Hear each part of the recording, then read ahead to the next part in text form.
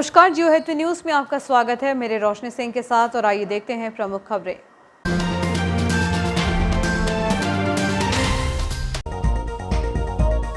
नगरपालिका के द्वारा अपशिष्ट प्रबंधन करने के लिए जिलवानी में अपशिष्ट प्रसंस्करण संयंत्र लगाया। मटेरियल रिकवरी सेंटर में प्लास्टिक मटेरियल से बनाई जा रही टाइल्स। नागेश्वर ज्योतिर्लिंग अनूठा और अद्भुत बताया पंडित दुबे ने। हर घर तिरंगा अभियान की जागरूकता कार्यक्रम के तहत विभिन्न विद्यालयों और संस्थाओं में बांटे जा रहे तिरंगे झंडे।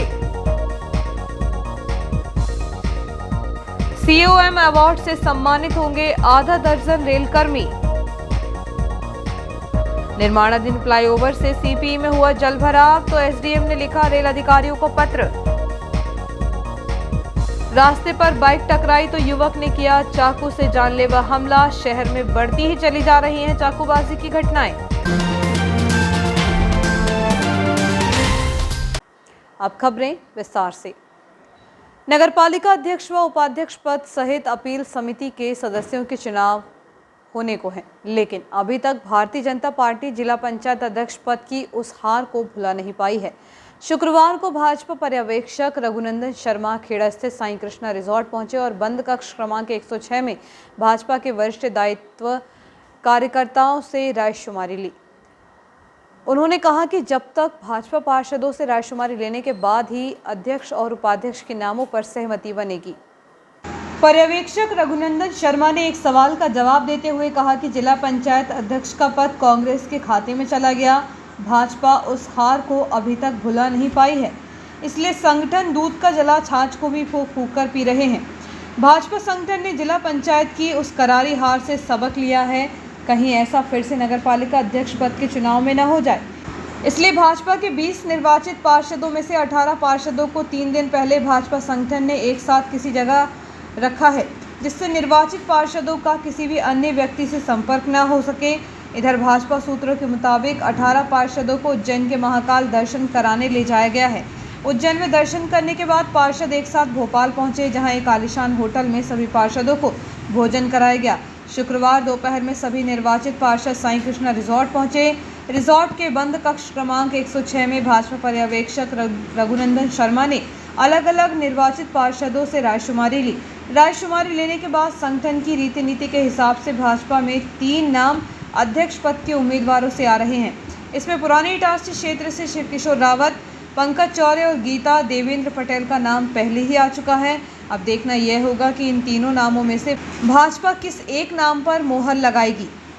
इधर कांग्रेस पार्टी नगर परिषद बनाने का दावा कर रही है। पर्यवेक्षक रघुनंदन शर्मा ने कहा कि कांग्रेस पार्टी महज सपना देख रही है। भाजपा के 20 निर्वाचित पार्षद हैं जो नगर सरकार बनाएगी, जिसमें अध्यक्ष और उपाध्यक्ष दोनों ही पद भाजपा के होंगे। भाजपा के किसी भी निर्वाचित पार्षद से कोई संपर्क नहीं है। खास बात यह है कि नई परिषद के लिए कॉरपोरेट ऑफिस की तरह तैयार हो रहा है। नगरपालिका दफ्तर, एयर कंडीशनर, नई कुर्सी, नए टेबल, नए पर्दे, माइक की व्यवस्था के साथ ही बहुत कुछ तैयारी चल रही है। देखिए, रायशुमारी तो अभी क्योंकि पार्षदों की अभी हुई नहीं है, पार्षदों की भी होना बाकी है। पार्टी के जो वरिष्ठ नेता हैं, कार्यकर्ता हैं, पुराने पार्षद हैं या पार्टी के जिम्मेदार दायित्ववान कार्यकर्ता हैं, उनसे ज़रूर मेरी बात हुई है और ठीक ठीक नाम आए हैं। अब जो कुल मिला के पार्षदों से बात करे बगैर ये बताना संभव नहीं है। वो जरूर सपने पालें, कैसे बनाएंगे। 20 हमारे हैं भारतीय जनता पार्टी के, कुछ भी कहें वो सरकार भारतीय जनता पार्टी की नगरपालिका बनेगी और हम दोनों अध्यक्ष और उपाध्यक्ष दोनों पद जीतेंगे और जनता की सेवा करेंगे। मैं वही आपसे कह रहा हूँ, क्योंकि अब तो आपने मेरी वाली बात कह दी, हम तो दूध के जले हैं, इसलिए छाछ फूंक फूंक के पी रहे हैं। ये कोई डर वाली बात नहीं थी। भारतीय जनता पार्टी अनुसूचित पार्टी है और क्योंकि जिला पंचायत में जो हुआ, आप कह रहे हैं हुआ सही, दुर्भाग्य से ऐसा हुआ, इसलिए मैं फिर दोहराता हूँ उसको कि चूँकि हम दूध के जले हैं, इसलिए छाछ फूंक फूंक के पी रहे हैं और ऐसा बिल्कुल नहीं होगा। जिला पंचायत जैसा जो हुआ है, इसमें पार्षदों के राय और संगठन की अनुशंसा दोनों बातें रहेंगी। मोस्टली आज रात को कर देंगे, कल सुबह कर देंगे। जब भी मुझे पता लगा फाइनल, तो सबसे पहले आपको बताऊँगा।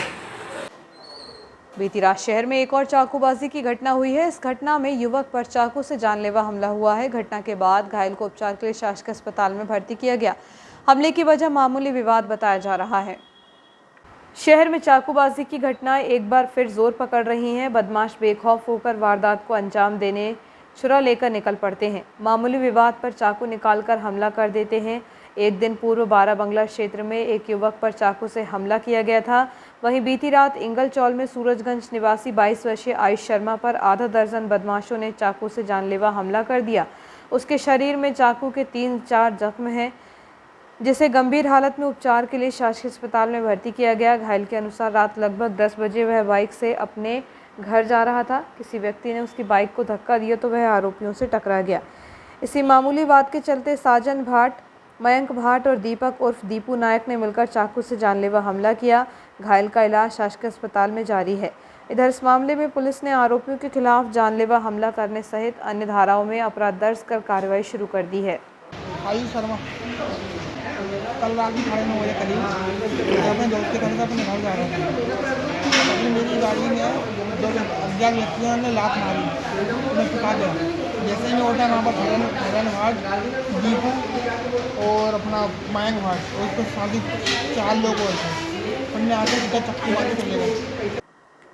4 साल पहले नाबालिग के साथ बलात्कार करने वाले आरोपी को द्वितीय अपर न्यायाधीश सविता जाड़िया की अदालत ने शुक्रवार को आरोपी सोनू ठाकुर को 20 साल की सजा सुनाई है।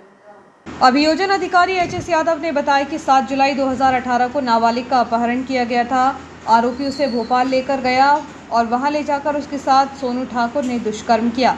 आरोपी ने नाबालिग को धमकी दी कि इसके बारे में किसी को नहीं बताएं, नहीं तो वह उसे जान से मार देगा। आरोपी उसे अलग अलग स्थानों पर ले गया और उसके साथ लगातार बलात्कार करता रहा, जिसके कारण वह गर्भवती हो गई। नाबालिग होने के कारण न्यायालय ने उसके गर्भपात कराए जाने का आदेश दिया। न्यायालय के आदेश पर नाबालिग का गर्भपात हुआ और उसके भ्रूण की जांच से पाया गया कि वह आरोपी सोनू ठाकुर के द्वारा बलात्कार किए जाने का परिणाम था। आरोपी सोनू ठाकुर को नाबालिग के साथ बलात्कार करने को लेकर उसे 20 साल की सजा सुनाई गई। नगरपालिका के द्वारा शहर भर के विभिन्न क्षेत्रों से प्रतिदिन निकलने वाले कचरे के प्रबंधन करने के लिए समीपस्थ ग्राम जिलवानी में ट्रेंचिंग ग्राउंड बनाया गया है। यहाँ शुष्क अपशिष्ट प्रसंस्करण संयंत्र भी लगाया गया है, जिसकी खासियत यह है कि यहाँ पर कुछ दिन पूर्व भी प्लास्टिक प्रबंधन के लिए संचालित किए जा रहे हैं। मटेरियल रिकवरी सेंटर में इन दिनों प्लास्टिक मटेरियल से टाइल्स निर्माण का कार्य प्रायोगिक तौर पर किया जा रहा है और जल्द ही ठोस अपशिष्ट से टाइल्स एवं पेबल ब्लॉक का भी निर्माण किया जाएगा। शहर भर से निकले कचरे को प्रतिदिन नगरपालिका द्वारा जिलवानी ग्राम में बनाए गए ट्रेंचिंग ग्राउंड ले जाया जाता है। यहाँ पर कचरे से निकलने वाले पॉलीथीन एवं प्लास्टिक शुष्क एवं ठोस अपशिष्ट को एमआरएफ सेंटर में एकत्र किया जाता है, जहाँ पर हाल ही में मशीनें लगाई गई हैं, जिनमें विभिन्न प्रक्रिया के बाद इस प्लास्टिक की मदद से फिलहाल टाइल्स के निर्माण का कार्य किया जा रहा है। आगामी दिनों में इस प्रकार के प्रोडक्ट को बड़ी मात्रा में बनाए जाने की बात नगरपालिका के द्वारा कही गई है।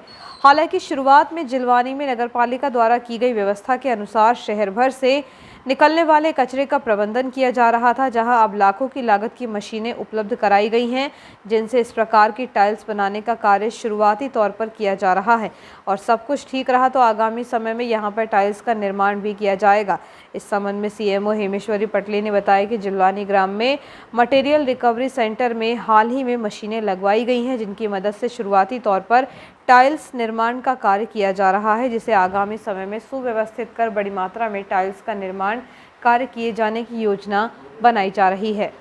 डोर टू डोर कलेक्शन के अंतर्गत जो भी सॉलिड वेस्ट मटेरियल निकल रहा है, इसको सेग्रीगेट करने के लिए जिलवानी में ट्रेंचिंग ग्राउंड बनाया गया है। तो उसी में अलग अलग प्रकार के जो भी वेस्टेज मटेरियल है उसको अलग अलग पृथकीकृत करवाया जा रहा है। और इसके साथ साथ ही नगरपालिका एक नवाचार के रूप में कार्य कर रही है कि जो भी वेस्ट मटेरियल है, प्लास्टिक है और हार्ड प्लास्टिक है, उसके द्वारा पेवर ब्लॉक निर्माण करने के लिए भी एक नवाचार के रूप में कर रही है। तो हम लोग ने इसको प्रयोग के रूप में करवाया, तो ये हमारे नगरपालिका के द्वारा इसको प्रयोग के रूप में करवाया गया, तो ये सफल हुआ और पेवर ब्लॉक हम लोगों ने कुछ बनवाए भी हैं। तो इसी जो प्रोजेक्ट है इसको हम बड़े स्तर से भी करना चाहते हैं, जिसके लिए एक टीम भी हमको मिली हुई है, ताकि शहर का जो भी ठोस अपशिष्ट कचरा है उसको पृथकीकृत करके हम एक नए प्रोडक्ट के रूप में कन्वर्ट कर सकें। इसी के संबंध में मशीनें भी बुलवाई हुई है जिनवानी में, और जल्दी ही हम इसके संबंध में उत्पादन की कार्रवाई भी शुरू करवाएंगे। विगत दिनों अतिवृष्टि से सीपीई में जल भराव के कारण काफी नुकसान हुआ, तो सीपीई प्रबंधन ने अनुविभागीय अधिकारी राजस्व को पत्र लिखकर समस्या से अवगत कराया। जांच के बाद उसे पता चला कि जल भराव रेलवे के निर्माणाधीन फ्लाईओवर से हुआ, तो अनुविभागीय अधिकारी राजस्व ने रेलवे बोर्ड को पत्र लिखकर समुचित कार्यवाही की मांग की है। विगत दिनों जिलों में हुई अतिवृष्टि के कारण शहर में जल भराव के हालात बन गए थे। कई घरों में पानी भर जाने से लोगों को काफी नुकसान हुआ था। वहीं प्रूफ संस्थान सीपीई में भी जल भराव होने के कारण दस्तावेज और कंप्यूटर सहित अन्य आवश्यक वस्तुएं खराब हो गई थी। जल भराव के हालात को देखते हुए सीपीई प्रबंधन ने अनुविभागीय अधिकारी राजस्व मदन सिंह रघुवंशी को पत्र लिखकर समस्या से अवगत कराया था। जब राजस्व टीम द्वारा जल भराव के मामले की जांच की गई तो उसकी वजह रेलवे का फ्लाईओवर सामने आया है। निर्माणाधीन फ्लाईओवर के कारण बारिश के पानी की निकासी नहीं हो पा रही है, जिससे पहाड़ों का पानी एकत्र होकर रहवासी क्षेत्रों में आता है। इसलिए अनुविभागीय अधिकारी ने जिला कलेक्टर और रेलवे के संबंधित अधिकारियों को पत्र लिखकर समुचित कार्रवाई की मांग की है। बताया जा रहा है कि फ्लाईओवर की काफ़ी ऊंचाई है, लेकिन निर्माण एजेंसी ने बारिश के पानी की निकासी की व्यवस्था नहीं की है। यदि निकासी के इंतजाम नहीं हुए तो भविष्य में परेशानी का कारण बन सकता है। सावन मास में पूरे भारत में भगवान शिव, माता पार्वती और उनके नंदी तथा गणेश कार्तिकेय का पूजन होता है, लेकिन अभिषेक भगवान शंकर का होता है। वर्षा काल के 4 मास के चतुर्मास में भगवान शिव प्रसन्न दिखाई देते हैं। उनके गणों, यक्षों, गंधर्वों, किन्नरों और मनुष्य को सेवा का विशेष फल मिलता है। उक्त उद्गार पंडित विनोद दुबे ने गुजरात में स्थित नागेश्वर ज्योतिर्लिंग निर्माण और अभिषेक के अवसर पर व्यक्त किए। पंडित दुबे ने कहा कि नागनाथ की लिंग मूर्ति छोटे गर्भगृह में रखी है। यहाँ महादेवी के सामने नंदी नहीं है। गर्भगृह के पीछे नंदी का मंदिर अलग से है। इस स्थान की विशेषता यह है कि प्रति 12 वर्ष बाद कपिलाष्टमी के समय कुंड में काशी की गंगा का पदार्पण होता है और उस समय कुंड का पानी बिल्कुल निर्मल रहता है। औरंगजेब ने कई बार इस मंदिर को तोड़ने के प्रयास किए थे, लेकिन बार बार उसे निराशा ही हाथ लगी और वह सैनिकों सहित वापस गया। नागेश्वर ज्योतिर्लिंग स्थान से महाराष्ट्र के संत नामदेव महाराज के जुड़े रहने का भी प्रमाण मिलता है। एक बार नामदेव महाराज ज्योतिर्लिंग के सामने भजन करना चाह रहे थे। उन्होंने भजन शुरू किए तो वहां मौजूद ब्राह्मण शुरूधरी पाठ कर रहे थे। उनको व्यवधान हुआ और उन्होंने नामदेव महाराज से कहा कि वे मंदिर की दूसरी तरफ जाकर भजन कर लें।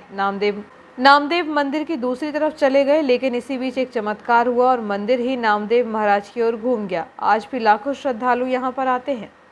नमो वंदे वंदे तायो नामदे नमो नमो निहंताय नमदे गणानामदे नमो नमो वंदे वारिवृतायो कदीना गिरिजराय भुलंजानामदे नमो नमः युवभ्यो धन्माय गजवो नमो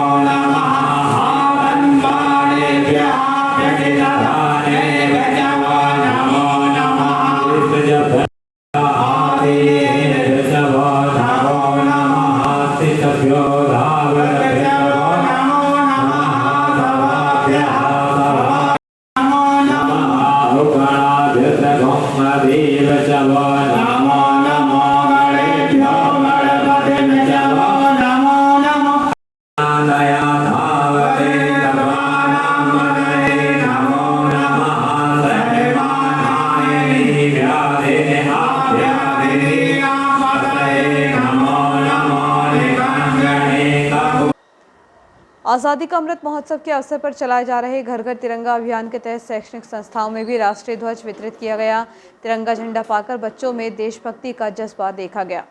आज़ादी का अमृत महोत्सव के उपलक्ष्य में चलाए जा रहे घर घर तिरंगा अभियान के तहत genius planet senior secondary school के विद्यार्थियों ने 13 से 15 अगस्त तक ससम्मान तिरंगा अपने अपने घर पर फहराने की शपथ प्राचार्य विशाल शुक्ला द्वारा दिलाई गई। साथ ही संकल्प दिलाया गया कि वह सभी अपने आसपास के लोगों को भी इस अभियान के प्रति जागरूक करेंगे, उन्हें भी तिरंगा घर पर फहराने के लिए प्रेरित करेंगे। इस अवसर पर स्कूल संचालक जाफर सिद्दीकी एवं मनीता सिद्दीकी उपस्थित रहे। हर घर तिरंगा घर घर तिरंगा अभियान के अंतर्गत प्रज्ञान सीनियर सेकेंडरी स्कूल में भी सभी बच्चों को राष्ट्रीय ध्वज तिरंगा वितरित किया गया और सभी ने प्रतिज्ञा ली कि सभी अपने अपने घरों पर 11 अगस्त से लेकर 15 अगस्त तक राष्ट्रीय ध्वज तिरंगे फहराएंगे। इस आयोजन में विशेष रूप से अशोक सर एवं श्रीमती ममता खड़ायत का सहयोग रहा। राहत welfare society for women and children द्वारा बेरोजगार महिलाओं द्वारा आज़ादी का महोत्सव हेतु तिरंगे झंडे बनाए गए एवं 20 रुपये के शुल्क पर एक्सीलेंट स्कूल प्राचार्य संदीप तिवारी ने झंडे वितरण में सहयोग और संस्था की सराहना की। इस हेतु संस्था के अध्यक्ष निदा फरहीन द्वारा बताया गया कि आज़ादी का अमृत महोत्सव हेतु नगरपालिका इटारसी के इस अभियान में हमारी संस्था द्वारा तिरंगे झंडे बैनर बनाए जा रहे हैं, हम स्कूल की संस्थाओं में वितरित कर रहे हैं। इस अभियान में हम निरंतर नगर प्रशासन को सहयोग करते रहेंगे। उपस्थित सदस्यों के नाम निदा फरहीन, मंजू आर्य, स्वाति मालवीय, मनोज मालवीय, रेणु अंबोरे आदि सदस्य उपस्थित थे। वक्त है छोटे से ब्रेक का, बने रहिए जियो हैथवे न्यूज़ के साथ।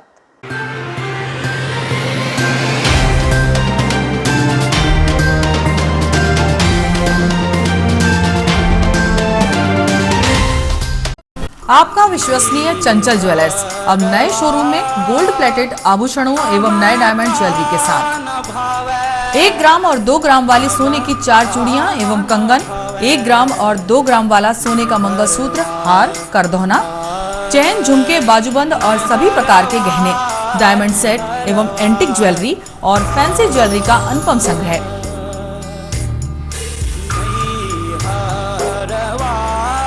दुल्हन सेट किराए पर उपलब्ध है।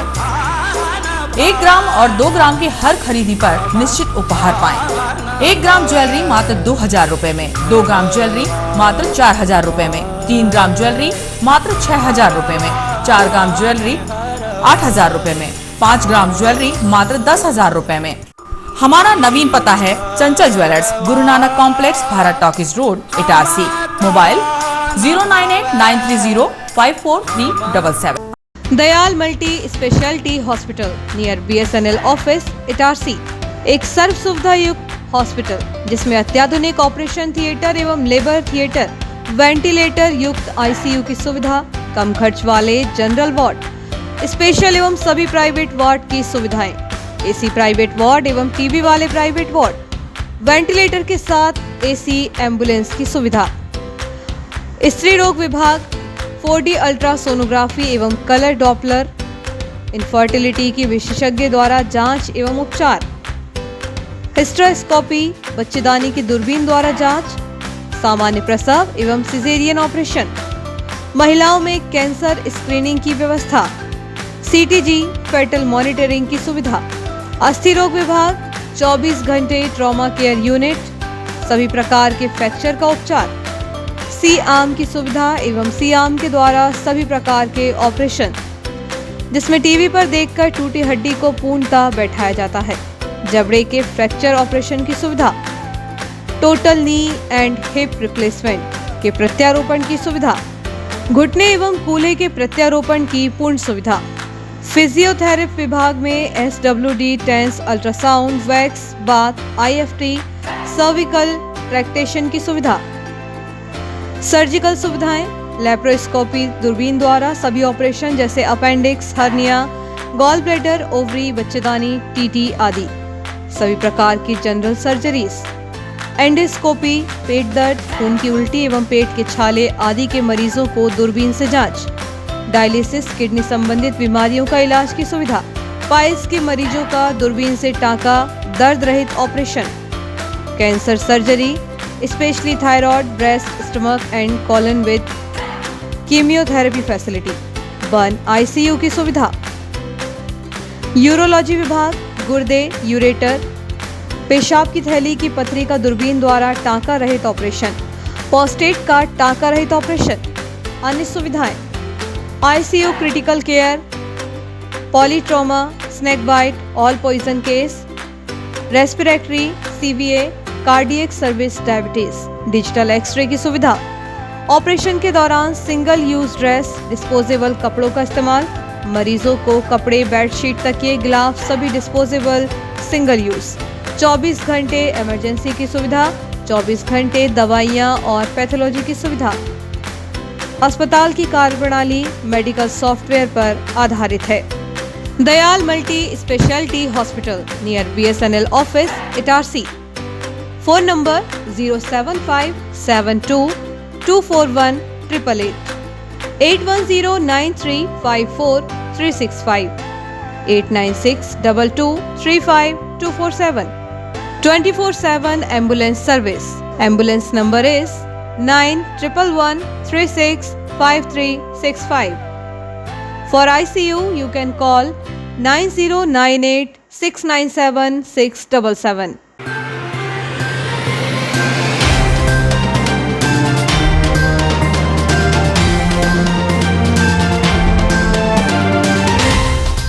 ब्रेक के बाद समाचारों में एक बार फिर आपका स्वागत है।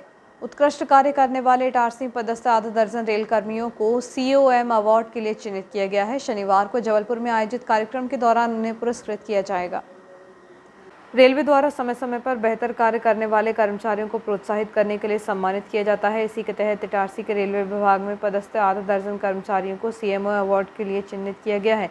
इनमें ट्रेन मैनेजर अरविंद पाल, ऋषि राजवैद, उप station master Tina Kewat, Akhilesh Rajput, loco pilot Pramod Yadav, chief TNC Dinesh Thakur और पॉइंट्समैन सुरेंद्र मनवारी शामिल हैं। स्टेशन प्रबंधक TS चौहान ने सभी को सम्मानित होने की बधाई दी। रैसलपुर स्थित MGM स्कूल में पालक शिक्षक संघ का गठन किया गया। इस अवसर पर संस्था के उपाध्यक्ष जोजी राजन विशेष रूप से मौजूद रहे।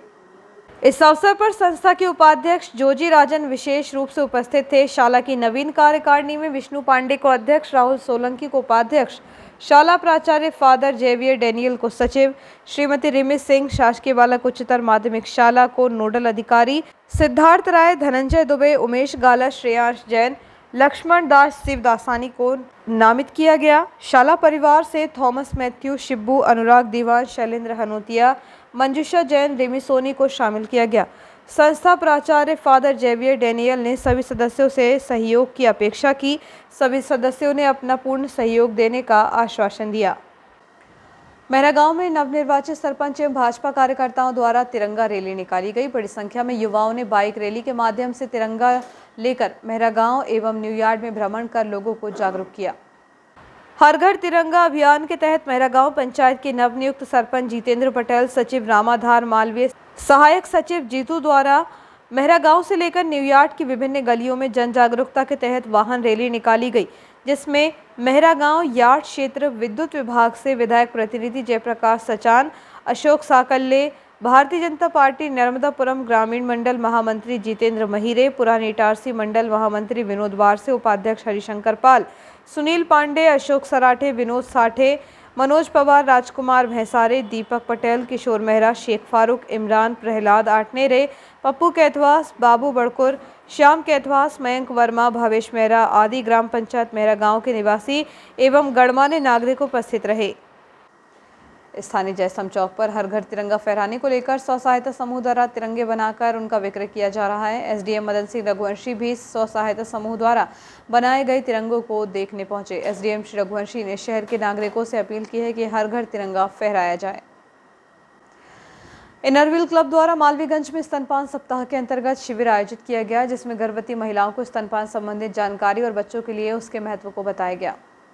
जिन महिलाओं और किशोरियों को हीमोग्लोबिन सबसे ज़्यादा रहा, उन्हें क्लब की महिलाओं की ओर से उपहार दिए गए एवं लकी ड्रॉ में जिन महिलाओं के नाम थे, उन्हें क्लब की महिलाओं द्वारा उपहार देकर सम्मानित किया गया। इस अवसर पर मुख्य रूप से क्लब प्रेसिडेंट रेखा अग्रवाल, सेक्रेटरी सीमा सोनी, एडिटर अर्चना धन, ISO सीमा चंदेल, क्लब सदस्य डोली, ज्योत्सना सोनी, आंगनवाड़ी कार्यकर्ता नेहा गोहार, सहायिका ज्योति गोहिया, आशा कार्यकर्ता प्रीति सैन एवं वार्ड की अन्य महिलाएं उपस्थित थीं। श्रीमती सुनीता निगम द्वारा शिविर में उपस्थित सभी महिलाओं और किशोरियों को एनीमिया के बारे में जानकारी दी गई। साथ ही YouTube के माध्यम से स्तनपान सप्ताह वेबिनार भी सुनाया गया। स्तनपान सप्ताह कुछ चल रहा है ना, इसके बीच में यहाँ पर HB की जाँचें की गई। आप लोग जानते हैं HB क्या होता है? HB का मतलब होता है हीमोग्लोबिन, है ना, जो खून में पाया जाता है। खून कई प्रकार के होते हैं, पतला बोलते हैं, गाढ़ा बोलते हैं, एक पेड़ से फीका रहता है ना। तो जो फीका रहता है, पीलापन को, उसमें प्लाज्मा रहता है, प्लाज्मा की मात्रा ज़्यादा होती है, तो उसमें अपने को हीमोग्लोबिन बढ़ाने के लिए डॉक्टर कई प्रकार की वो बोलते हैं, है ना। ऐसे ही पतला खून है वो सबसे बेस्ट है। HB जिसका डार्क है, अच्छा है, वो भी अच्छा है, वो उसको तो बोलना चाहिए सर्व डाक्टर, है ना। जिसका HB अच्छा रहता है वो व्यक्ति दूसरे को दान करता है, जिससे दूसरे की ज़िंदगी बच जाती है। लेकिन उसके लिए हमारे अंदर कितना ब्लड है इसकी हमें पता होना चाहिए। जैसे यहाँ कई महिलाओं का, कई बच्चों का अच्छा एज भी आया है 11 ग्राम 12 ग्राम, तो हम जब डोनेट करते हैं किसी को, हमारा एज भी कम से कम 11 के। पार्श्व गायक किशोर कुमार के जन्मदिन के अवसर पर मिले सुर मेरा तुम्हारा ग्रुप ने एक कार्यक्रम का आयोजन सीरिया मंगल भवन में किया। ग्रुप के सदस्यों ने किशोर कुमार के गाए गीतों को स्वर देकर उनके प्रति श्रद्धा व्यक्त की। कार्यक्रम का शुभारंभ वरिष्ठ सदस्य जुगल किशोर शर्मा, अखिल दुबे, किशोर सीरिया ने माता सरस्वती की तस्वीर और किशोर कुमार तस्वीर पर माल्यार्पण करके किया। इस अवसर पर ग्रुप के सदस्य अनुराग दीवान, महेश विद्रोही, चंद्रेश मालवीय, विनोद पांडे, किशोर सीरिया, अखिल दुबे, राम आशीष पांडे, रोहित नागे, अशोक तिवारी, रामबाबू, बालकृष्ण मालवीय, अरविंद मालवीय, आशीष चौधरी आदि ने किशोर कुमार को अपने गीतों के माध्यम से श्रद्धांजलि अर्पित की। मालवीगंज निवासी एक बुजुर्ग की जहरीला पदार्थ खाने से मौत हो गई। उसे गंभीर हालत में परिजनों ने शासकीय अस्पताल में उपचार के लिए भर्ती कराया था। मालवीगंज स्थित गोदाम के पास रहने वाले 60 वर्षीय गोविंद चौरे पिता शंकर भगवान चौरे ने गुरुवार को जहरीले पदार्थ का सेवन कर लिया। जब उसकी हालत नाजुक हुई तब परिजनों ने उसे उपचार के लिए शासकीय अस्पताल में भर्ती कराया था, लेकिन उसकी हालत नाजुक होने के कारण उपचार का उस पर कोई असर नहीं हुआ, जहां उपचार के दौरान उसकी मौत हो गई। बुजुर्ग ने जहर खाकर आत्महत्या की, क्योंकि इसका खुलासा पुलिस द्वारा विवेचना के बाद ही हो सकेगा। पुलिस ने इस मामले में मर्ग कायम कर जांच शुरू कर दी है। अमृत महोत्सव के तहत घर घर तिरंगा अभियान को लेकर स्टेशन प्रबंधक कार्यालय में तिरंगा वितरण कार्यक्रम हुआ। इस अवसर पर स्टेशन प्रबंधक द्वारा कर्मचारियों को झंडा वितरित किया गया। आज़ादी की 75वीं वर्षगांठ के मौके पर अमृत महोत्सव मनाया जा रहा है। इसके तहत घर घर तिरंगा फहराने का लक्ष्य है, जिसे देखते हुए लोगों को तिरंगा वितरित किया जा रहा है। स्टेशन प्रबंधक डियास चौहान ने भी यहां स्टेशन पर पदस्थ कर्मचारियों को तिरंगे झंडे का वितरण किया। और आइए देखते हैं प्रमुख खबरें एक बार फिर।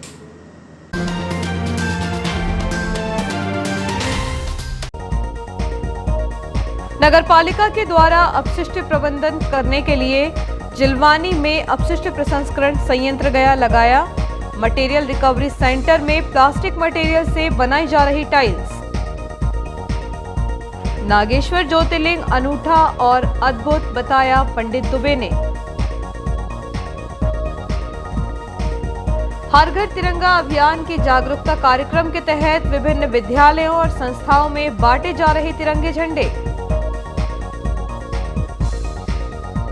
सीओएम अवार्ड से सम्मानित होंगे आधा दर्जन रेलकर्मी। निर्माणाधीन फ्लाईओवर से सीपीई में हुआ जलभराव, तो एसडीएम ने लिखा रेल अधिकारियों को पत्र। रास्ते पर बाइक टकराई तो युवक ने किया चाकू से जानलेवा हमला। शहर में बढ़ती ही चली जा रही हैं चाकूबाजी की घटनाएं। इस बुलेटिन में इतना ही। आगे दीजिए। नमस्कार।